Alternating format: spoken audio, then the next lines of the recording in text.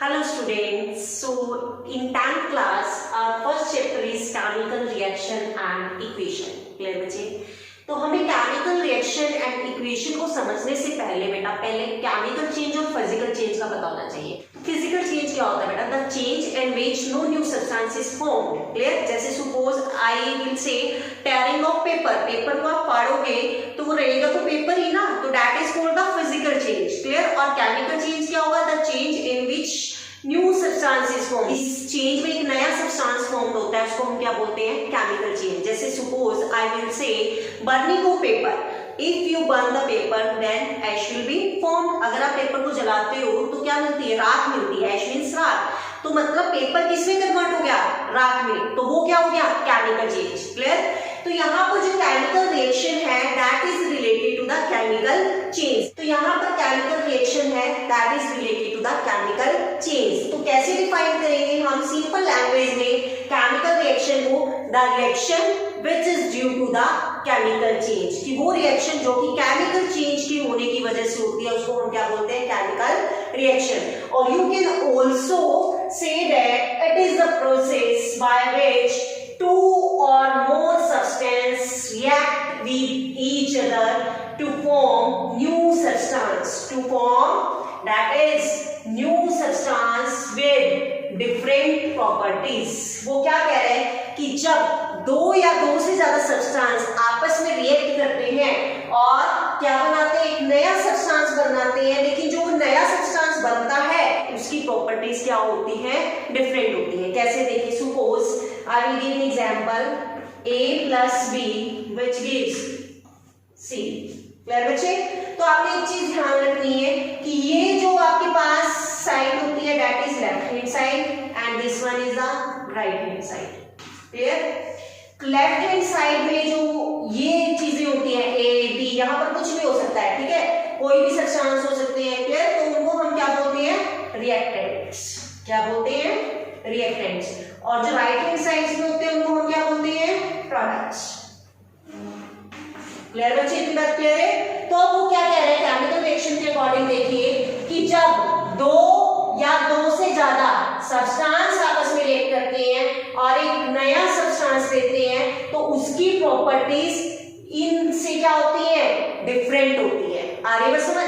ये रिएक्टेंट थे और ये क्या बना? प्रोडक्ट। एक ही नया सब्सटेंस बन गया, तो यहाँ पे जो इसकी प्रॉपर्टीज होंगी इन रिएक्टेंट से क्या होंगी? डिफरेंट होंगी। तो that is called the chemical reaction. Clear बेटा? अगर मैं एग्जांपल की बात करती हूँ, सपोज जैसे एक्टिव प्लस O2। क्लियर? जब आयरन ऑक्सीजन के साथ कांटेक्ट में आता है तो ये दोनों सब्सटेंस क्या होंगे? आपस में रिएक्ट करेंगे, नया सब्सटेंस क्या देंगे? Fe2O3। क्लियर? इसको बैलेंस करेंगे तो हम 2 आ गए यहाँ पर, 2 2 3 6 3 2 6। क्लियर?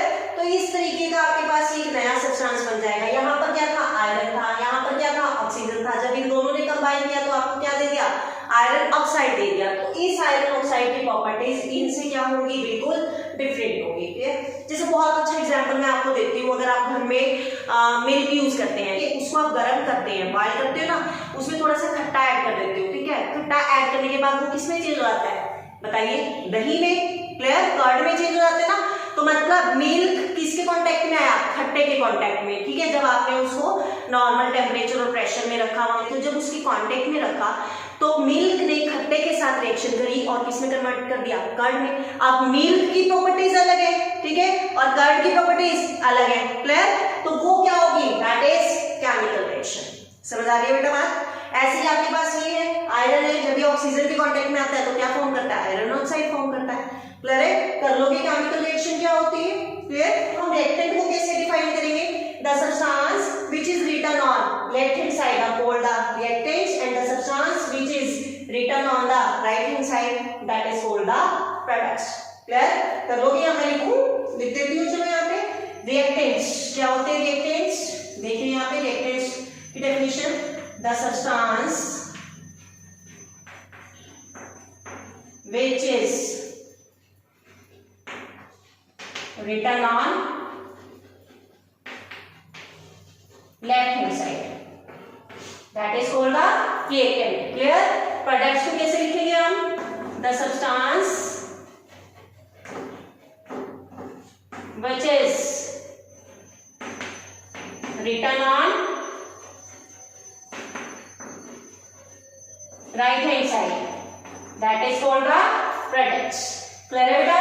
केमिकल रिएक्शन होप्स आपको क्लियर हो गया होगा केमिकल रिएक्शन क्या होती है। और एग्जांपल बताइए, चलिए मुझे केमिकल रिएक्शन क्या क्या क्या हो सकते हैं। देखिए बेटा, एक चीज और मैं बता दूं, जो केमिकल रिएक्शन है वो जनरली अगर किसी सब्सटेंस की स्टेट चेंज हो रही है, स्टेट चेंज होने का मतलब क्या है, change in state, solid to liquid या लिक्विड टू गैस, क्लियर, या फिर gas to liquid and liquid to solid, clear, तब भी क्या होती है, केमिकल रिएक्शन इन्वॉल्व होती है। ठीक है, अगर मैं कहती हूँ कि सपोज किसी रिएक्शन में हीट बाहर निकल रही है या हीट एब्जॉर्ब हो रही है, अंदर आ रही है, तब भी क्या है, वो किसकी पहचान है कि वहां पर क्या हो रही है, केमिकल रिएक्शन हो रही है। जैसे मैंने दही का एग्जांपल दिया था, अगर दही को कुछ टेम्परेचर ना मिलता, milk is converted into the curd, तो अगर मिल्क को टेम्परेचर ना मिलता, आप देखते होंगे ना जब मिल्क में आप खट्टा ऐड करते हो बॉयल करने के बाद, तो उसको हम क्या है जनरली कवर अप करके रख देते हैं, ओवन में रख देते हैं, या फिर आप देखते हो चपाती का बॉक्स होता है, ठीक है, उसमें रख देते हो। ठीक है, तो वो क्यों रखते हैं, क्योंकि इसको एक पार्टिकुलर टेम्परेचर मिलता है, टेम्परेचर मिलेगा तभी दही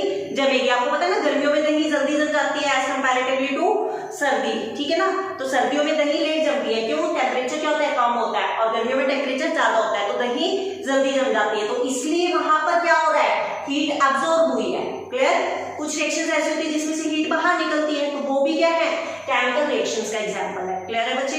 कलर चेंज हो रहा है किसी रिएक्शन में, जैसे आप देखते हो ना कई बार, सपोज मैं एग्जांपल देती हूँ, एप्पल है, ठीक है, एप्पल को आप बाहर रख दो कट करके, क्लियर, जैसे आप कट करोगे वो ऑक्सीजन के कांटेक्ट में आएगा, तो उसकी जो लेयर है एप्पल की, जो कट वाला एप्पल है, वो क्या हो जाएगा, ब्राउन कलर का हो जाएगा। तो इट मींस कुछ ना कुछ रिएक्शन हुई है जिसकी वजह से वो येलो कलर जो था एप्पल का, वो किसमें चेंज हो गया, जनरली ब्राउन कलर में, तो वो भी पहचान है कि वहां पर क्या हो रही है, केमिकल रिएक्शन हो रही है, क्लियर है बेटा।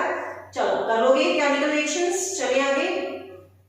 होप सो आपको केमिकल रिएक्शंस क्लियर हो गए। नेक्स्ट लेक्चर में हम डिस्कस करते हैं केमिकल इक्वेशन, क्लियर बेटा। कोई प्रॉब्लम है तो you can do comments and ask. Thank you.